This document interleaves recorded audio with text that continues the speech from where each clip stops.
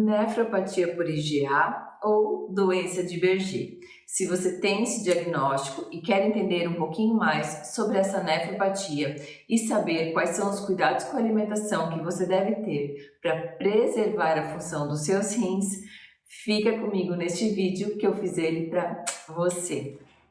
Eu sou Tatiana Krieger, nutricionista em nefrologia. Seja bem-vindo de volta ao meu canal.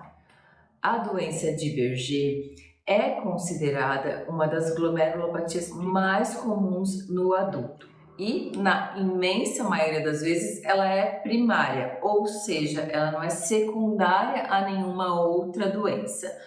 Mas, apesar de ser uma glomerulopatia primária na grande maioria dos casos, eventualmente a nefropatia por IgA pode ser causada por outras doenças, aí ela passa a ser uma glomerulopatia secundária a esta doença. Então, vou dar alguns exemplos de doenças que podem levar a nefropatia por IgA: cirrose hepática, doença celíaca, púrpura e granulomatose de Vergenet. Então, resumindo, a nefropatia por IgA primária é aquela que só tem aquela doença no rim, e a nefropatia por IgA secundária vai surgir junto ou após alguma outra doença que o paciente tenha, como uma doença celíaca ou uma cirrose, por exemplo. Então, a pessoa vai ter, além da doença celíaca, a nefropatia por IgA. Pode ocorrer em qualquer idade, mas o pico de incidência dessa nefropatia é entre 20 a 40 anos, sendo muito mais comum em homens do que em mulheres. Antes de nós falarmos sobre o tratamento da doença, vamos entender um pouquinho sobre ela.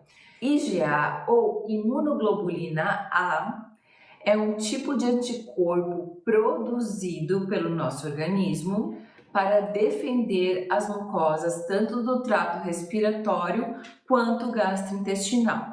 E a nefropatia por IgA é uma doença causada pelo mau funcionamento destes anticorpos IgA. Por algum motivo ainda desconhecido, essas imunoglobulinas em especial, a imunoglobulina A, passam a se depositar no mesanjo, que é uma região que fica ao redor dos capilares do glomérulo. E para você entender melhor, os glomérulos são estruturas microscópicas de tecido renal responsáveis pela filtração do sangue. E o depósito dessas imunoglobulinas neste local desencadeia uma reação inflamatória que inicialmente pode provocar uma glomerulonefrite, mas a longo prazo pode destruir esses glomérulos, que são as estruturas responsáveis pela filtração renal. Portanto, ao longo dos anos, pode acontecer a redução da função renal, a perda da função renal. E como a nefropatia por IgA é uma doença causada pelo mau funcionamento do sistema imunológico, do sistema imune, ela é considerada uma doença autoimune. E agora vamos falar um pouquinho dos sintomas da doença. Em pelo menos 50% dos casos, os pacientes apresentam hematúria, que é a presença de sangue na urina. Geralmente acontece essa hematúria após uma infecção do trato respiratório, uma faringite, uma sinusite, por exemplo. E na grande maioria dos casos também, o paciente apresenta perda de sangue, então é a presença da hematúria, e perda de proteína pela urina em pequena quantidade, não sendo possível ser detectada a olho nu. Então nós não conseguimos ver a presença do sangue e daquela proteína na urina. E este sangramento pequeno nós chamamos de hematúria microscópica, que é uma perda de sangue na urina em pequenas quantidades. Agora, num percentual bem menor, em 10% dos casos, a nefropatia por IgA se apresenta de uma maneira mais grave, com grandes perdas de proteína pela urina, podendo causar síndrome nefrótica. E esses pacientes que têm uma maior chance de ter alteração nos valores de creatinina, né, e cursar com perda da função renal. E qual é o tratamento para preservar a função deste rim? Em primeiro lugar, é importantíssimo o acompanhamento médico a cada 6 meses, a realização de exames. E o tratamento também pode ser feito com medicamentos conforme cada situação e prescrição médica, mas podem ser utilizados antihipertensivos para contribuir no controle da pressão arterial, na redução da proteinúria, por exemplo, e atualmente também são utilizados medicamentos antidiabéticos, que também podem ser usados por pessoas que não têm diabetes, com o objetivo de preservar também a função deste rim.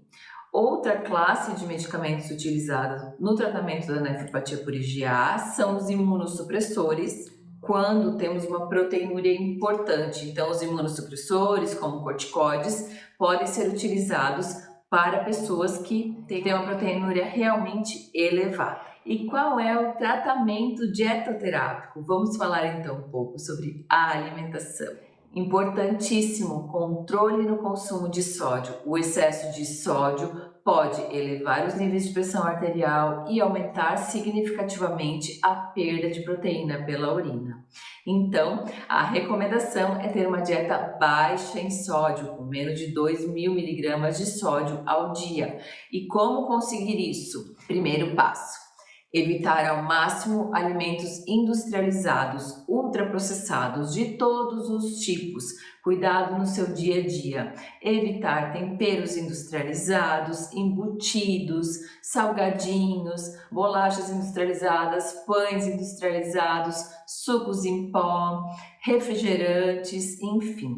Então, evitar ao máximo no seu dia a dia o consumo destes alimentos. Outro cuidado importante é evitar o excesso no consumo de proteínas, então é importante ter um ajuste neste consumo. Isso vai de acordo com cada caso, então a recomendação pode variar de uma dieta normal em proteína para uma dieta pobre em proteína, de acordo com a creatinina, com o resultado de proteinúria, enfim, a recomendação é individualizada. Mas nós sabemos que uma dieta hiperproteica, rica em proteínas, não é favorável e pode piorar o quadro. E quais são os alimentos fonte de proteína? Então é importante você conhecer e saber quais são esses alimentos para evitar excessos. Em primeiro lugar, os alimentos que mais concentram proteína são as carnes de todos os tipos. Frango, peixe, carne de boi, carne de porco, miúdos, frutos do mar. Também são fonte de proteína os ovos, e a proteína está especialmente na clara. E também temos proteína nos grãos, como feijões de todos os tipos, então entra feijão, lentilha, ervilha, grão de bico, soja e as castanhas também. Todos os tipos de castanha, amêndoas, nozes, enfim. E além destes alimentos, nós temos os suplementos proteicos. Então, cuidado com os excessos. Nenhum destes alimentos proteicos são proibidos para você, mas é importante avaliar a quantidade total do dia e evitar um excesso de proteína na alimentação. E um outro cuidado que nós temos na nefropatia por IgA é a restrição ou a retirada do glúten da alimentação. A associação do intestino desregulado com a nefropatia por IgA já foi suposto há muito tempo atrás, quando foi observada uma associação entre doença celíaca e a nefropatia. E este tema é alvo de muitos estudos, mas os estudos ainda são escassos e a grande maioria não são em humanos, são in vitro, feito com camundongos, enfim. Mas, mesmo assim, estes estudos apresentam evidências dos benefícios da restrição ou da retirada do glúten na alimentação em pessoas com doença de Berger. O que esses estudos sugerem é que uma dieta sem glúten pode contribuir na redução da produção desses anticorpos IgA e também podem promover a redução da perda de proteína pela urina. Em contrapartida, alguns estudos mostram que uma dieta rica em glúten pode aumentar os depósitos de IgA nos glomérulos.